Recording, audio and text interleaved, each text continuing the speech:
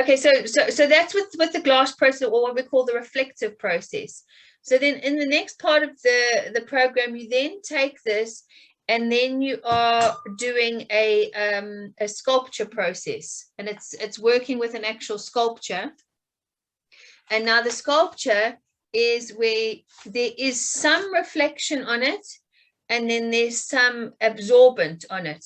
So do you want to just very briefly explain about the sculpture process? So we're not talking about sculpture, we're talking about statues, we talk about garden statues.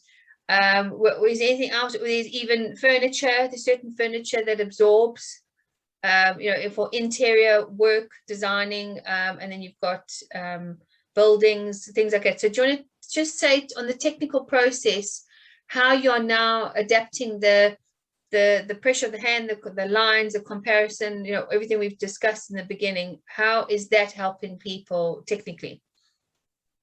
I mean, sort of drawing a sculpture as such, or? Yeah.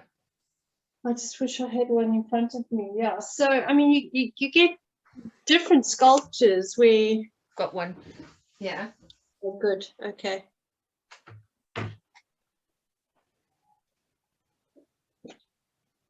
I've got two here. Okay, so we'll take the fairy one. All right. So just put the one down. Okay, that's fine. Then it's easier. Thanks. So if you look at her forearm and the leg and the face, you'll see that there's some really sharp highlights, and that's just an idea of what surface or what material the sculpture is made up of. So it's probably semi-reflective. It's not highly polished, so the highlights are probably glistening rather than shining, which is quite interesting. Oh, that's lovely. So it's a very hard surface. And then, do you have a sculpture that absorbs the light, Justine? I think that one absorbs quite a bit. Okay, so that one looks like it's made out of clay. Is your body made out of clay? So there wouldn't be too many reflections there, because it's absorbing the light. The other one reflects and deflects, and that one reflects and deflects, and the other one absorbs light. So and the thing about sculpture is understanding depth, because the way the sculpture gets positioned in front of the viewer, then you understand how to create depth as well. So if you put the yellow sculpture down, right, and then you place the feet towards me, there you go.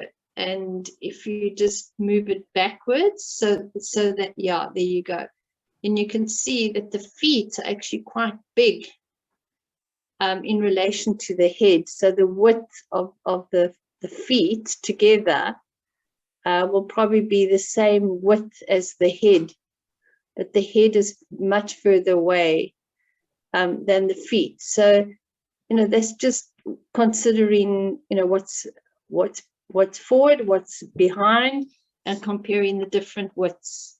And what we spoke with before, that things that move away, the measurement is smaller, things that move forward, the measurement is bigger. Okay, so again, because we're talking about sculptures, and this helps you draw plants, it helps you draw grass, certain buildings where you've got certain reflections, but it's not as reflective and it's not as absorbent.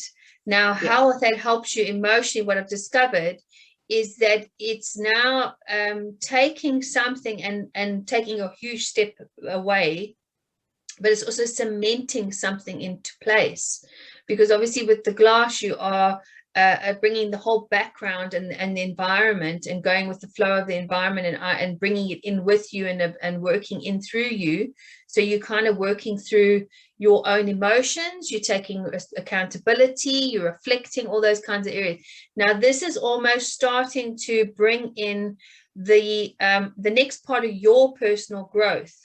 And it's the, okay, so this is what's going on around me, through me, and where I am. But now it's now starting to make a choice of where am I going with this process, and what am I going to choose to be my next step. So am I going to continue to be in a place of chaos, or am I now going to make a choice to change this environment or this situation? What am I going to do? So it's almost like building up the stages of getting, what ingredients do I need in order to make this cake, kind of thing. And the sculpture process and these kind of this kind of technical process that you are applying starts just in that process over there. So it doesn't matter what students are drawing, because the whole point is it's semi-absorbent, and that's what the semi-absorbent process does in the technical drawing process. Is there anything else you want to add before we move on to complete? Yeah, if you want to just hold up the sculpture with the wing, the big one.